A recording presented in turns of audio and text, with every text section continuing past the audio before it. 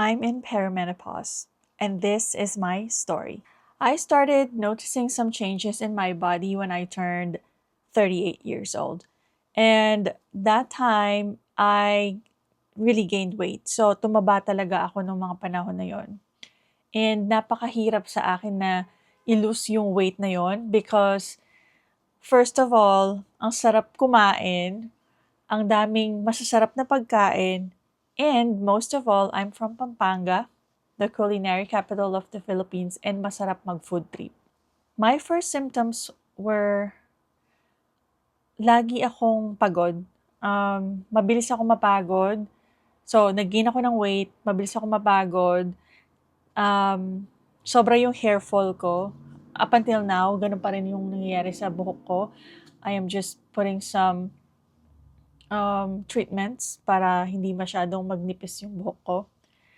And then, nagkaroon ako ng heart palpitations.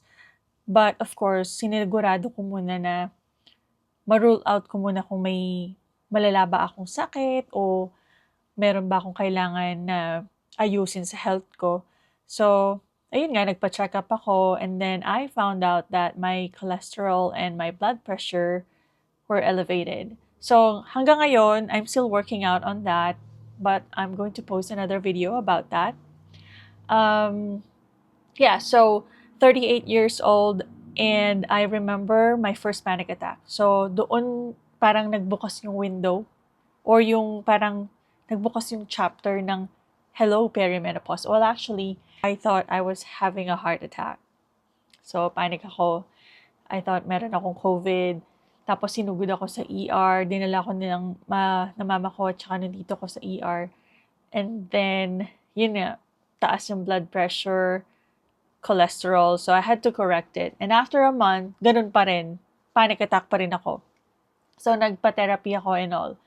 And natutunan ko yung mga grounding techniques. Actually, noong panahon na yun, hindi ko pa alam na perimenopause siya.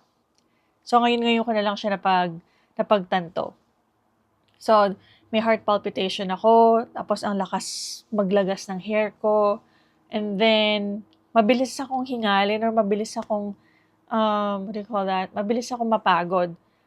Actually, while I'm talking, ngayong nagsasalita akong ganito, nafe-feel ko na rin yung nahahapo ako. Maybe because I gained weight, ang taba ko noon, mas mataba ako noon. I'm gonna show you some pictures. Ayan, mga pictures ko na hindi talaga yung ideal weight para sa akin. So, syempre, noon, nakala ko, tumaba lang ako, na kailangan ko lang mag-diet and everything. So, sige, workout. Nag-lose naman ako ng weight, pero bumalik ulit kasi, syempre, tinamad ako mag-workout. Bumalik ako sa dating way ng lifestyle ko. Ako ng mga allergy sa skin or hives. So, akala ko simpleng allergy lang kasi ever since naman meron akong allergy sa lamig. So, pag malamig yung panahon, nagkakaroon ako ng mga pantal-pantal, makate, ganyan. Ang nangyari is, hindi na siya basta lumalabas pag malamig ang panahon. Even pag mainit. So, kahit hot yung weather or for some reason, for no reason at all, magkakaroon ako ng hives. So, kinailangan kong uminom ng antihistamine like for 10 days nung panahon na yun kasi nagkaroon talaga ako ng mga pantal-pantal sa katawan that I had to go to a dermatologist para ipa-check. Currently, ang nararamdaman ko naman ngayon is mild hot flashes. Like in the middle of the night, magigising ako na parang init-init. Even yung winter time dito sa US, gusto ko parang lagi nakabukas yung pintuan kasi ang lamig sa labas or something lang ng feeling na ang lamig kasi nga, ang init ng pakiramdam ng katawan ko.